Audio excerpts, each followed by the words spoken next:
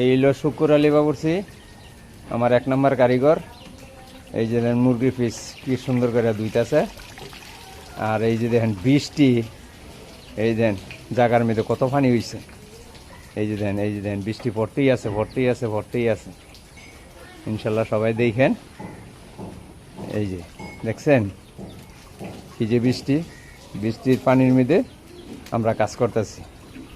সবাই ইনশাল্লাহ দেখবেন।